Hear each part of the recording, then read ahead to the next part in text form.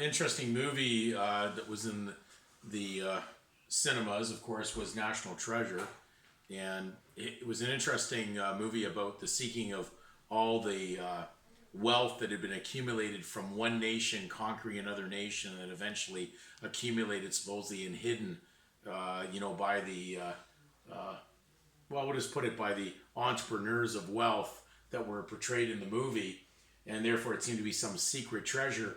But interestingly, when you really look at how things work, this national treasure has a lot to do with the meaning of words and where treasure would show up. We know that scripture said, do not store up treasures on earth.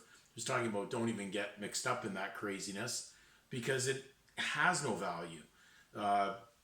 The reality is, in the world of sin and death, no one man can basically do anything greater than another man because he leaves as he came in as naked.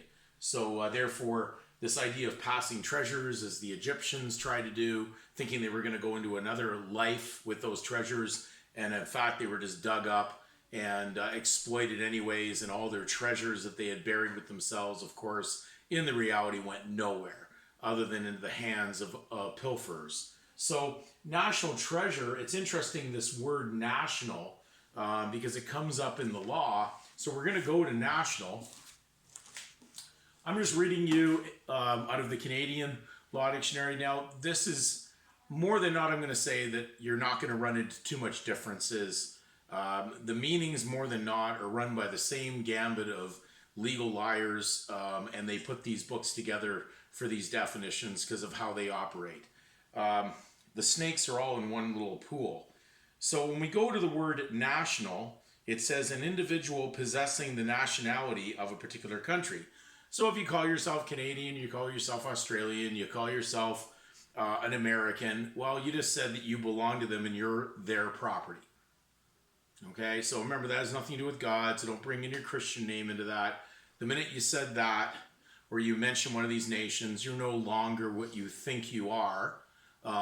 You may want to have a belief in that, but that belief is controlled by this nation that you now have become a legal participant in. We go to the next definition, or the next rendering for this. It states any legal person. Now we get into legal person now. So that's a national. Any legal person, partnership and association deriving its status as such from the law in force in a state. So if you belong to the legal state, then you become a legal national of that state. And then it says a nationwide sports tournament or competition. Well, let's bring a lot of entertainment and amusement from the Roman side now. But overall, that's what a national is. So when we deal with national treasure, we're dealing in the legal sense, the make-believe of the accumulation of possessions seems to have nothing to do with spirituality, but it has a lot to do with participating in that legal illusion. So when we're going to go now, we're going to look at the word treasure. And these are simple ways you can do the same research. There's nothing I'm doing here that's that special. And like I'm telling you, if you really understood the method that I've used over the years to research, I'm just basically like a guy sitting there going, I think I better wipe the slate clean and get starting from scratch and look into the words and find out what they really mean by going in to do the research. If you're going to walk out there blindly and say, oh, I don't like reading and I don't like this and I don't like that and I want it spoon-fed, well, you could get caught on somebody's blind faith delusion of false knowledge. And therefore, that's how you get led by these religious who claim that they represent Jesus Christ, of which will claim out, Lord, Lord, didn't I do this in your name? And Jesus will say to them, get away from me, workers of lawlessness. I don't even know you. But they'll claim that they're actually representing him, as would the Pope, which is a funny subject in itself. So when we look at the word treasure, it leads actually to the word thesaurus. And interesting, the word thesaurus means reptile or lizard. I think you're kind of getting the meaning what's going on, because in a thesaurus, it contains unique situations of opposites. you'll have a word that we call a synonym, and then you'll have an antonym to that same word. So they call this a treasure. We're going to read the dictionary just to get to the gist of this, to show you that we're not dealing with just the words I'm saying. We're going actually to the root of where the rule of diction begins, which is going to be in a dictionary. So we're going to go to the word treasure, and it says thesaurus in Latin, which means the reptile, the serpent. We know that's one of the part of the reptile family. So it goes further. It says accumulated or stored wealth, especially in the form of money, precious metals, jewels, etc. Any person or thing considered very valuable.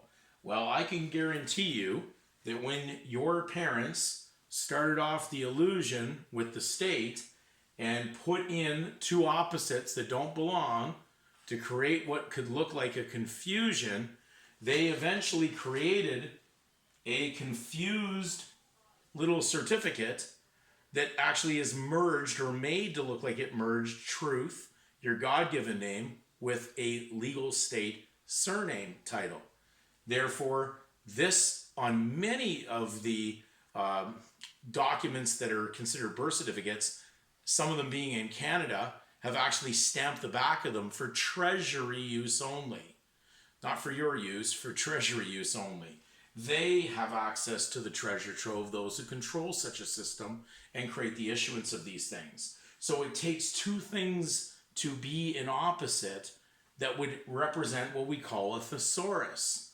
And therefore it becomes where they store the wealth, the money. And they need you to believe that you have basically entitlement to it to register everything in that illusion.